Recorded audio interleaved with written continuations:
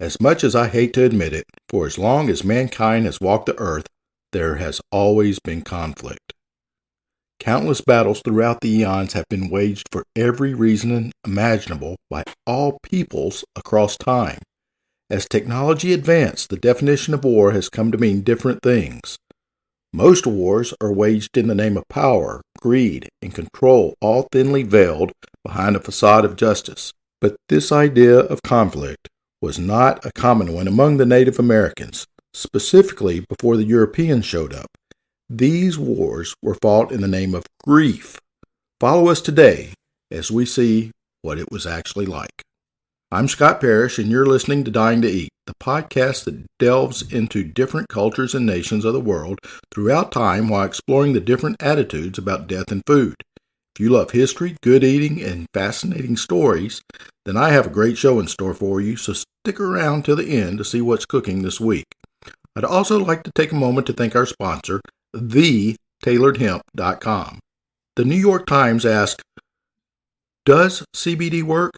They continued with the FDA-approved Epidiolex, a purified CBD extract to treat seizures in patients 2 years and older after 3 randomized, double-blind, and placebo-controlled clinical trials with 516 patients that showed the drug, taken along with other medications, helped reduce seizures. These types of studies are the gold standard in medicine. So when you're looking for high-quality CBD products, go to the experts, thetailoredhemp.com. Now on with the show.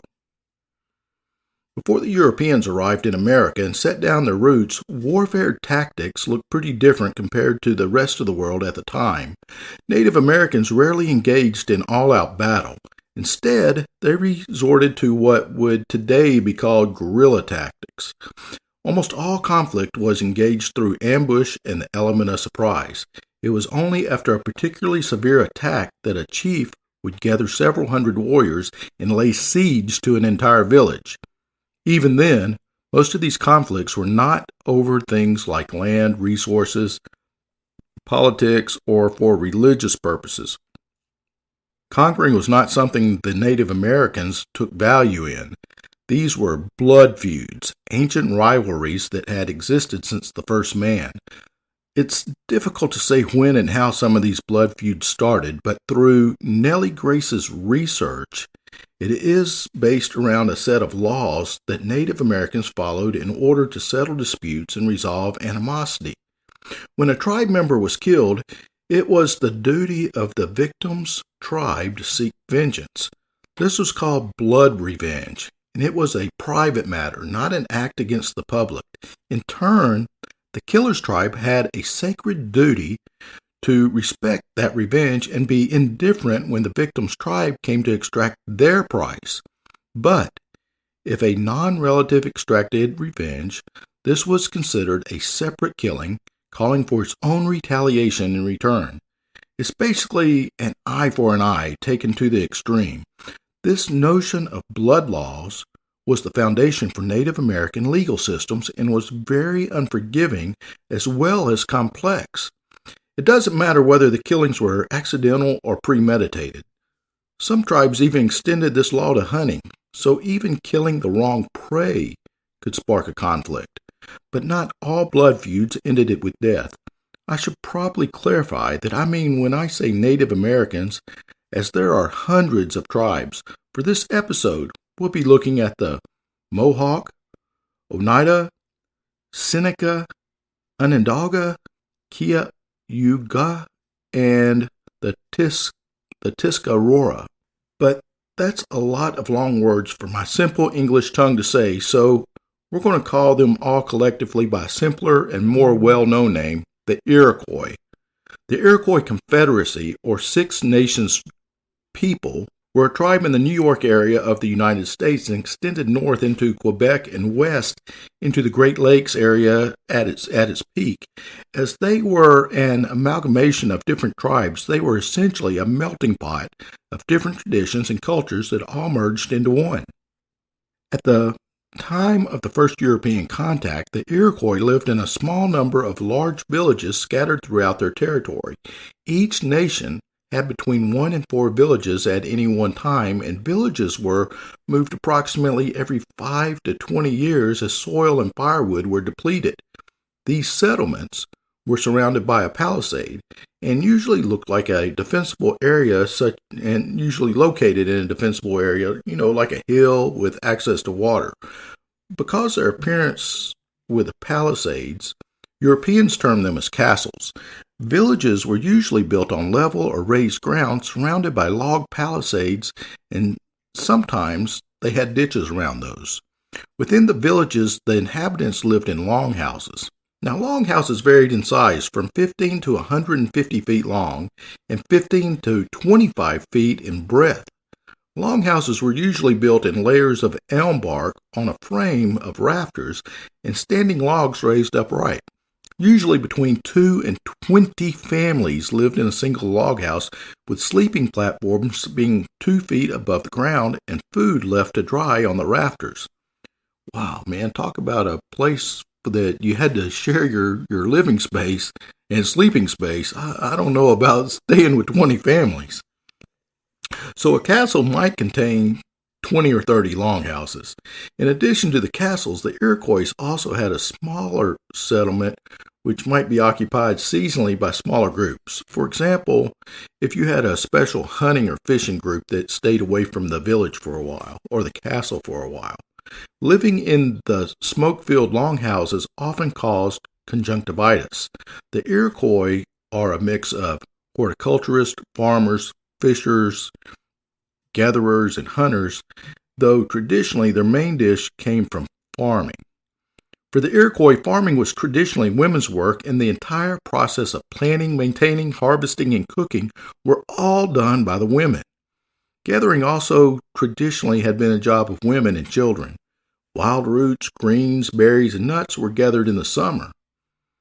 During spring, sap was tapped from maple trees and boiled into maple syrup, and herbs were gathered for medicine. After the coming of the Europeans, the Iroquois started to grow apples, pears, cherries, and peaches. Historically, the main crops cultivated by the Iroquois were corn, beans, and squash, which are called the Three Sisters, and in Iroquois tradition were considered the special gifts from the Creator. These three crops could be ground up into hammy and soups in clay pots. All of these foods were high in protein, potassium, and fiber, and as a result, the Iroquois were sturdy and strong people. Like many cultures, the Iroquois' spiritual beliefs changed over time and varied across tribes. Generally, the Iroquois believed in numerous deities, including the Great Spirit and the Thunderer and the Three Sisters, the spirits of beans, maize, and squash. The Great Spirit was thought to have created plants, animals, and humans to control the forces of good in nature and to guide ordinary people. Orinda was an Iroquois name for the magical potency found in people and their environment, the spiritual force that flowed through all things, and believed if people were respectful of nature, then the Orinda would be harnessed to bring about positive results. There were 3 types of spirits for the Iroquois. First was those living on earth. The second, those living above the earth. And third, the highest level of spirits controlling the universe from high above, with the highest of those being known variously as the Great Spirit or the Great Creator or the Master of Life. In fact, the very origins of the Iroquois are traditionally told to be spiritual in nature. The Great Peacemaker, a man named Dekanaway-Da, along with another man called yourthat, and a woman called Gigan-She-Si, the Mother of Nations, were the trio of Native Americans, all originally from different tribes. Together, they united the tribes in the northeast United States, claiming to be messengers of the Great Spirit itself. Now, here's a side note. Ever since we did the episode on the Mormons, I'm seeing similarities between them and other subjects we cover. So, messengers of the Great Spirit. I'm not disagreeing. I believe in the prophets of the Bible. So, back to the subject at hand. They brought forth the law of peace, ending the dark times of terror and cementing the social standards and gender roles that the Iroquois would come to use for centuries. Though men and women held separate roles within the tribe, the Iroquois followed a matriarchal system, meaning that the important decisions were left to the elderly women of the tribe, called the clan mothers. I guess my grandmother was a clan mother. So the clan mothers would appoint leaders and also strip that same leader of his position if he didn't prove capable or if he became corrupt. They were a group of highly respected women, and even women outside the clan mothers were usually in charge of their own households. While chiefs could come and go, the succession of leadership was passed down through the matrilineal line from mothers to their children. The property, land, and possessions between a married couple were all held in the woman's name, and if the couple ever wanted to divorce, his possessions became hers. I'm sure for a lot of women out there, that sounds like paradise. As far as the Iroquois and many other tribes saw it, since women were the ones to bear children and raise them, it only made sense that the important decisions were made by them as well. What about the men, you may ask? Well, as you would expect, the men were responsible for hunting for the family. They were expected to bring food back, and they were the warriors, protecting the tribe from invading attacks and avenging the fallen. So, let's talk about what would actually happen when a member of the tribe was killed. Yes, they would extract revenge on the offender, but as I said, not all of these blood feuds ended in death. Sometimes, rather than an eye for an eye, it was a loved one for a loved one. This is where the infamous Iroquiois Mourning Wars came into play. Iroquois warriors, by decree of their clan mothers, would raid enemy tribes in order to take captives. These captives would then replace any lost tribe members that had been killed. Now, you see, to the Iroquois, grief for a loved one who died was a powerful emotion. They believed that it was not If it wasn't attended to, it would probably cause all sorts of problem for the grieving, who would then go mad if left without some consolation. Rituals to honor the dead were very important, and the most important of all was the condolence ceremony to provide consolation for those who lost a family member or a friend. Since it was believed that the death of a family member also weakened the spiritual strength of the surviving family members, it was considered crucially important to replace the lost family member by providing a substitute who could be adopted or alternatively could be tortured to provide an outlet for the grief. Hence, that's where the Mourning Wars came from. These wars were singular in nature. No land was taken. No glory was to be had. Their only purpose was to take captives. A war party was considered successful if it took many prisoners without suffering losses in return. Killing enemies was considered acceptable if necessary, but disapproved of as it reduced the number of potential captives. Additionally, war served as a way for young men to demonstrate their valor and their courage. This was a prerequisite for a man who wanted to be chief, and it was also essential for men who wanted to marry and then, hence, reproduce. After all, Iroquois women admired warriors who were brave in war. Makes sense, right? But that's a different podcast to talk about. We're not going to keep going down that trail. So when the raiding party returned to the tribe with their spoils, all captives, regardless of their sex or age, were stripped naked and tied to poles in the middle of the community. After having sensitive parts of their body burned and some of their fingernails pulled out, the prisoners were allowed to rest and given food and water. If the following days, the captives had to dance naked before the community, and when the individual families decided for each if the person was to be adopted or killed. I guess bad dancers like me just wouldn't have a chance. But listen, then again, my niece Abby, she taught me the nene, so I could probably sneak through. As soon as everybody started laughing, I'd just have to sneak off, right? So women and children are more often adopted than were, say, older men. And if those who were adopted into the Iroquois family made a sincere effort to become Haudenosaunee, which means people of the Longhouse, then they would be embraced by the community, and if they did not, then they were swiftly executed. So let me ask you listeners a question. What would you do in that situation? For those that weren't lucky enough to be adopted, historians have suggested that some prisoners were killed for a few different reasons. It may have been as simple as no one wanted to adopt that certain prisoner. The prisoner may have appeared to be too weak, or perhaps the prisoners were killed due to rage or revenge if their tribe had been the one to kill an Iroquois. Furthermore, the ritual torturing that took place was a way to show young Iroquois how to carry themselves through life. Those who were tortured and did not cry out or show pain were revered, perhaps even cannibalized in the belief that by eating them, the Iroquois could gain their strength. Regardless, the moral for those who watched the torturing and killing was to remain strong.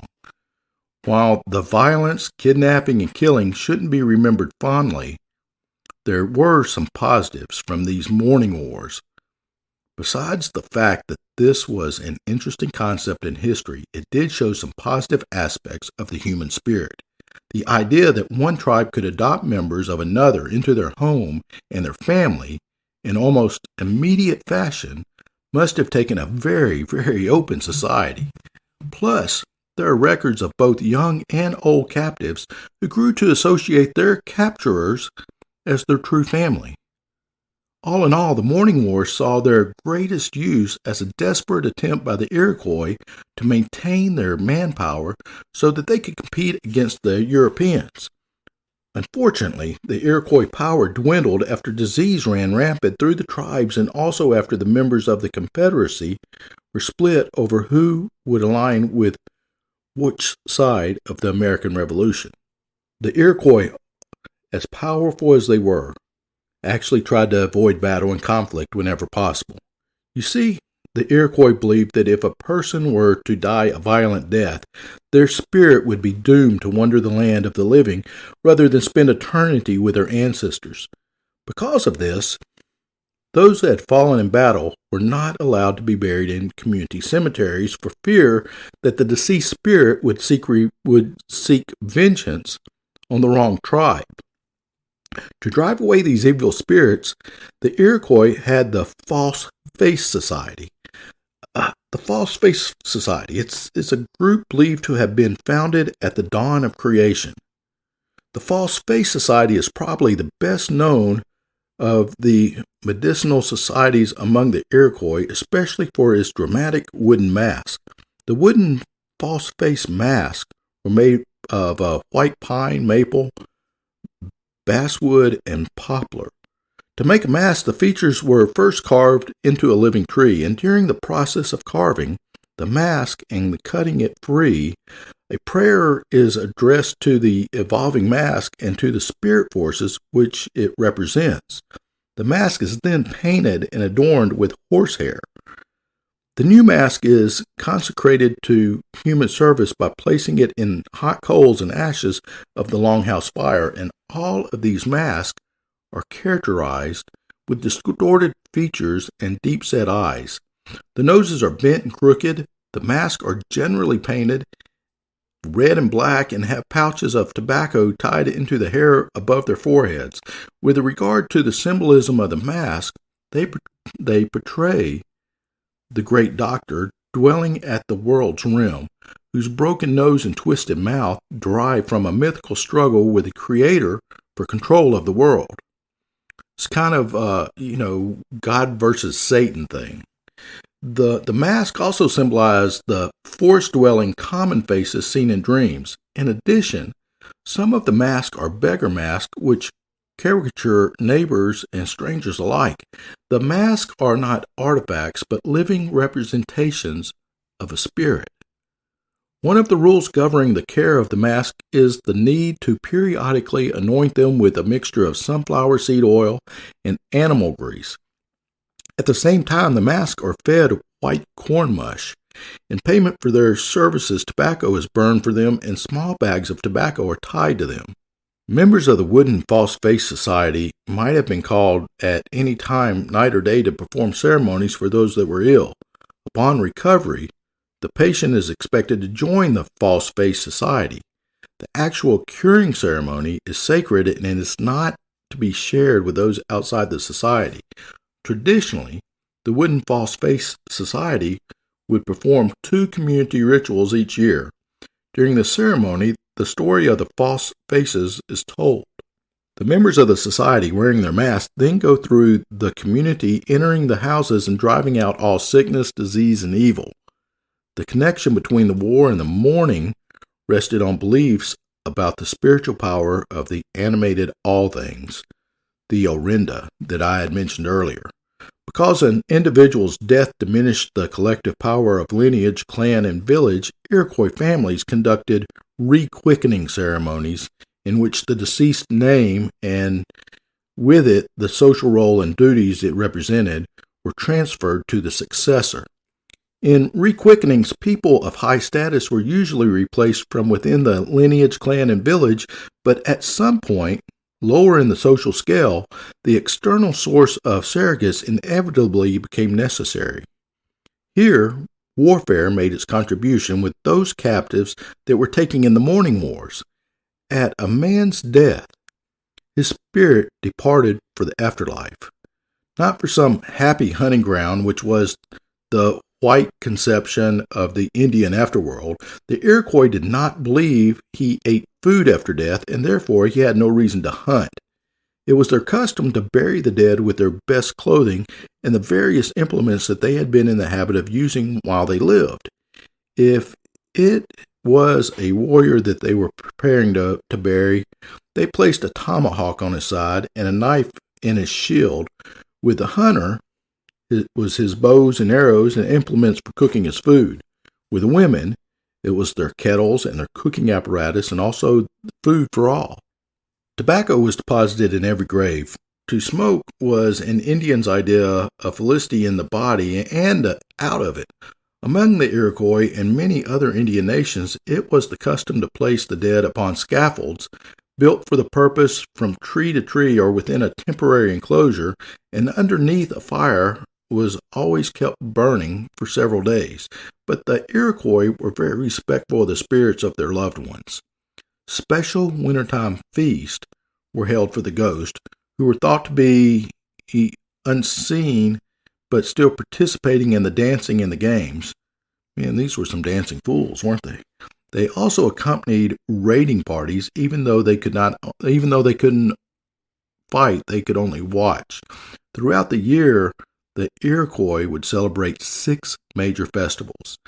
These usually combine a spiritual component and a ceremony, a feast, a chance to celebrate together, sports, entertainment, and dancing. There it is. They love to dance.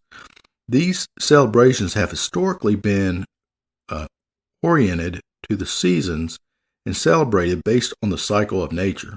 It was a time for the clan to come together and celebrate their dead and enjoy each other's company, as well as something really tasty. Which brings us to my favorite part of the episode. So let's get into what we're cooking this week. How can you talk about the Iroquois and the food without having 3 sisters in the conversation? Corn or hominy, beans, and squash.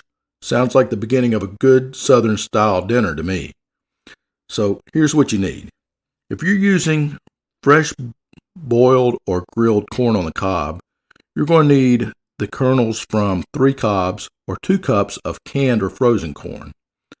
Hominy is the more traditional ingredient here. You're going to need 2 cups of fresh green beans, 2 cups of peeled and cubed butternut squash. That's about a medium-sized butternut squash, I'd say. 4 cups of chicken broth, 2 tablespoons of unsalted butter, 1 teaspoon of salt, 1 teaspoon of pepper, 1 teaspoon of garlic powder, 1 teaspoon of fresh rosemary, and 1 teaspoon of fresh thyme. Place the butter, the salt, corn, green beans, and corn or hominy in a pot over medium heat. Stir it frequently so it doesn't burn, and just heat the vegetables for 5 or 6 minutes. What we're trying to do is get the vegetables to begin to soften. What we're trying to get is the vegetables to begin getting soft. Add the broth, pepper, and garlic. Turn the heat to high, and when the soup begins to boil, reduce the heat to simmer. Add the rosemary and thyme, and cook the soup for maybe 30 minutes. Make sure to taste it occasionally to make sure that it doesn't need more seasonings, and if it does, add what you need to. When the soup's finished, I like to let it sit for about 15 minutes or so before serving. This recipe can really be used as a side dish as easily as it can be for an entree. And if you have any left after you eat, let that soup completely cool before putting it in the refrigerator or freezing it. That's it for the recipe. I hope you enjoy it. I'm your host, Scott Parrish, and I'd like to thank you for listening to Dying to Eat. I really hope you enjoyed this episode, which was co-written and researched by Nellie Grace and edited and produced by producer Pete. This show is made possible by listeners like you. I'd like to give a special shout out to Jeremy Chandler, Joe Jackson, Joe Kreitz, Philip Burton, Cantrell Dunlap, and Keith Bebout, who are all following us on Facebook. Your support drives the show, and we enjoy hearing from you. Find us on Facebook and Instagram at Dying to Eat Podcast. Let us know what topics you'd like to hear about. Find future and past episodes on your favorite podcast platform. Make sure to drop us a like, a 5-star rating, and don't forget to hit that subscribe button to stay updated on the latest episodes. And until next time, stay lively.